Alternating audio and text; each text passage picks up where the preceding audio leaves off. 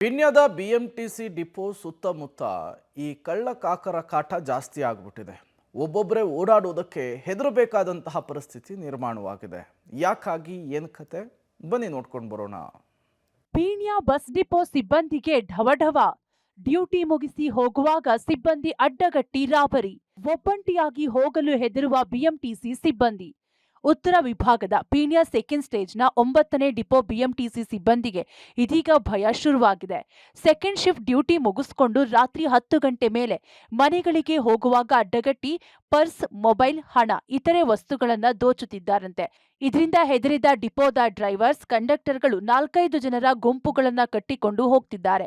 ಜನವರಿ 6ನೇ ತಾರೀಕಿನಂದು ಬಿಎಂಟಿಸಿ ಚಾಲಕ ನಾಗರಾಜ್ ಮನೆಗೆ ಹೋಗುವಾಗ ಪೀಣ್ಯದ ಕೆರೆ ಬೃಂದಾವನ ರಸ್ತೆಯಲ್ಲಿ ಅಡ್ಡಗಟ್ಟಿ ರಾಡ್ನಿಂದ ಹೊಡೆದು ಪರ್ಸ್, ಐಡಿ ಕಾರ್ಡ್, ಹಣ ದೋಚಿ ಪರಾರಿಯಾಗಿದ್ದಾರೆ. 10 ಗಂಟೆ 10:30 ಡ್ಯೂಟಿ ಮುಗೀತು. ಡ್ಯೂಟಿ ಮುಗಿಸ್ಕೊಂಡು ಹೋಗ್ತಾ ಇದ್ದೋ. ಹೋಗ್ಬೇಕಾದ್ರೆ ನಾನು ಈ ರೋಡಲ್ಲಿ ತೋರಿಸ್ತಿದ್ರೆ ಓಡಾಡ್ತಿದ್ರೆ ಏನೂ ಇರಲಿಲ್ಲ.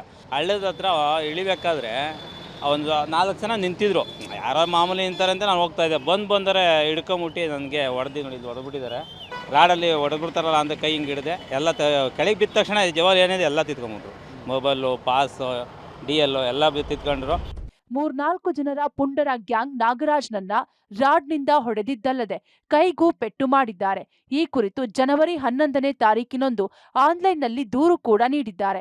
ಇದಲ್ಲದೆ ಕೆಲ ತಿಂಗಳ ಹಿಂದೆ ಓರ್ವ ಬಿಎಂಟಿಸಿ ಸಿಬ್ಬಂದಿ ಕಾರಿನಲ್ಲಿ ಹೋಗುವಾಗ ಅಡ್ಡಗಟ್ಟಿ ಮಚ್ಚು ಬೀಸಿದ್ದಾರಂತೆ.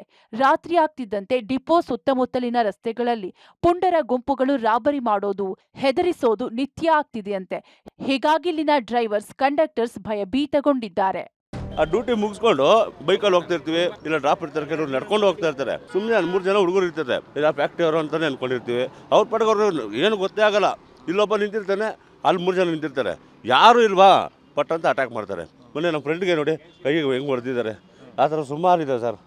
ಅಲ್ಲ, ಎಷ್ಟು ದಿನ ಅಂತ ಅಲ್ಲ, ಅವಾಗ ಅವರು ಕಂಟಿನ್ಯೂ ಮಾಡಲ್ಲ. ಅವಾಗ ಸಿಂಗಲ್ ಅಂತ ಯಾರು ಸಿಗಂಗಿಲ್ಲ. ಜೊತೆಲಿ ಹೋಯ್ತಾ ಇದ್ರೆ ಏನಿಲ್ಲ, ಒಬ್ಬರು ಹೋಯ್ತಾಯ್ತು ಅಂತ ಅಂದ್ರೆ ಅದು ಯಾಕಡೆಯಿಂದ ಬರ್ತಾರೆ ಅಂತ ಗೊತ್ತಾಗಲ್ಲ, ಅಟ್ಯಾಕ್ ಮಾಡೇ ಮಾಡ್ತಾರೆ. ಡಿಪೋ ಮುಂದೆ ಬಸ್ಗಳನ್ನ ನಿಲ್ಲಿಸಿಕೊಂಡಾಗ ಕೆಲ ಕಳ್ಳರು ಡೀಸೆಲ್ ಕೂಡ ಕಳ್ಳತನ ಮಾಡ್ತಿದ್ದಾರಂತೆ. ಇದನ್ನ ನೋಡಿ ಕೂಗಾಡ್ತಿದ್ದಂತೆ ಕಳ್ಳರು ಎಸ್ಕೇಪ್ ಆಗ್ತಾರಂತೆ.